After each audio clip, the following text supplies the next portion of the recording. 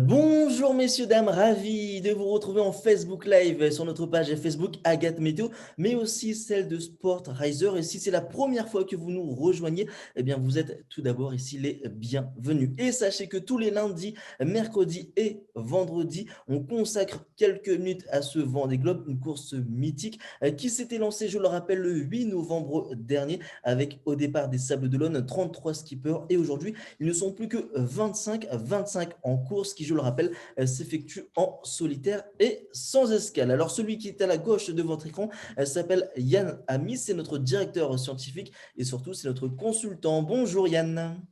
Oui, bonjour Denis, bonjour à tous. Vous allez bien? Aussi en ce milieu de semaine, on va dire. En ce milieu de semaine assez compliqué, même côté ciel. Alors Yann, si je regarde le classement, peu de changements en tête de course avec toujours Charlie Dalin en numéro 1, en 2 Louis Burton et en 3 c'est Thomas Ruyant qui occupe la troisième place du classement. D'ailleurs on est à peu près à 90% de la course. Alors justement Yann, si on se rapproche un peu plus de la cartographie, on voit que Charlie Dalin a pris une route un peu plus directe entre guillemets en direction de la Vendée alors que Louis Burton lui a pris une option un peu plus rapide avec, mais en partant vers l'ouest. Comment on peut expliquer ces deux stratégies de course aussi différentes? Alors, c'est des stratégies, bon, elles sont à peu près similaires, hein, autant pour Louis Burton que Charlie Dalin. L'objectif, c'est d'aller contourner, comme on le voit là sur l'analyse du champ de vent et au niveau de la pression, c'est d'aller contourner l'anticyclone qui se situe au niveau des Canaries. Là, on a une belle dorsale. Donc là, l'objectif, c'est d'enrouler, on va dire, la bordure de l'anticyclone. Alors, c'est vrai que Charlie Dalin, lui, pour l'instant, peut-être que par le fait qu'il est handicapé sur un de ses foils, il tire au plus court, donc sur une trajectoire qui est vraiment serrée, on va dire, en direction des Açores, alors que Louis Burton allonge un petit peu plus la distance, va un peu plus vite, effectivement, mais il occupe ce matin, je dirais bien sûr, la deuxième place, mais il est au nord par rapport à Charlie Dalin. Donc, ce qui est intéressant de voir, c'est certes Charlie Dalin est en tête au classement général, mais Louis Burton est bien situé, on va dire, sur la partie ouest, quasiment du plan d'eau, hein, mais avec plus de distance à parcourir pour gagner notamment sur les sables. Donc là, ce matin, quand je regardais un petit peu sur les outils de routage, Louis Burton s'est quasiment allongé la distance finale de 5% par rapport D'accord. à Ouais. Charlie Dalin. Donc c'est assez conséquent et c'est intéressant de voir si effectivement ce petit décalage ouest lui sera profitable, sachant que quand on regarde en l'occurrence la situation à plus long terme sur les Açores, ce n'est pas le vent qui va manquer à partir de ce week-end et notamment pour le début de semaine prochaine quand ils vont attaquer leur remontée du golfe de Gascogne. Alors justement, vous parlez de ce week-end, mais également de la semaine prochaine. À quoi doit-on s'attendre pour ces prochains jours, hein? Alors pour ces prochains jours, je pense que c'est intéressant de regarder. Il y a deux choses à regarder. C'est déjà le champ de vagues qui est prévu pour, en l'occurrence, je crois que c'est la carte de samedi.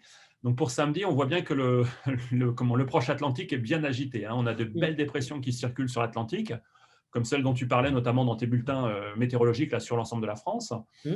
Ces belles dépressions, ce rail atlantique est très actif, parfois c'est du 4 à 6 mètres de houle, donc des états de mer bien formés sur l'ensemble du golfe de Gascogne.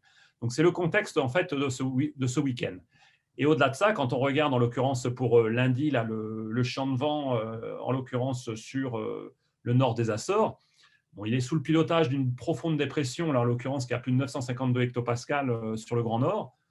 C'est vrai que le carburant, on va dire, et notamment les vents, ne seront pas absents pour remonter en direction des Sables d'Olonne. Donc là, en l'occurrence, ce qui va être important pour les skippers, c'est plutôt de doser un petit peu trouver le bon compromis entre vitesse du vent qui va être très soutenue et en Mm. l'occurrence des états de mer assez formés pour regagner, je dirais, quasiment sur une trajectoire directe les Sables d'Olonne. En fait.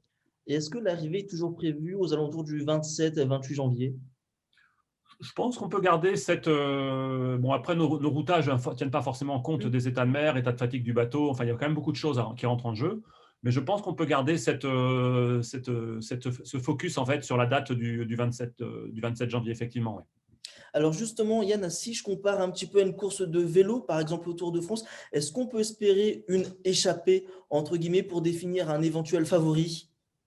Non, je pense que en fait, en voile, pour avoir une échappée, il faut vraiment une situation qui nécessite une grosse prise d'option. Mm. Là, l'option que l'on vient d'évoquer ensemble, c'est le petit côté ouest, je dirais, de Louis Burton par rapport à la route directe. Donc, est-ce que c'est une option qui est gagnante? C'est ce qu'on a évoqué. Il s'allonge la route, attention. Mmh.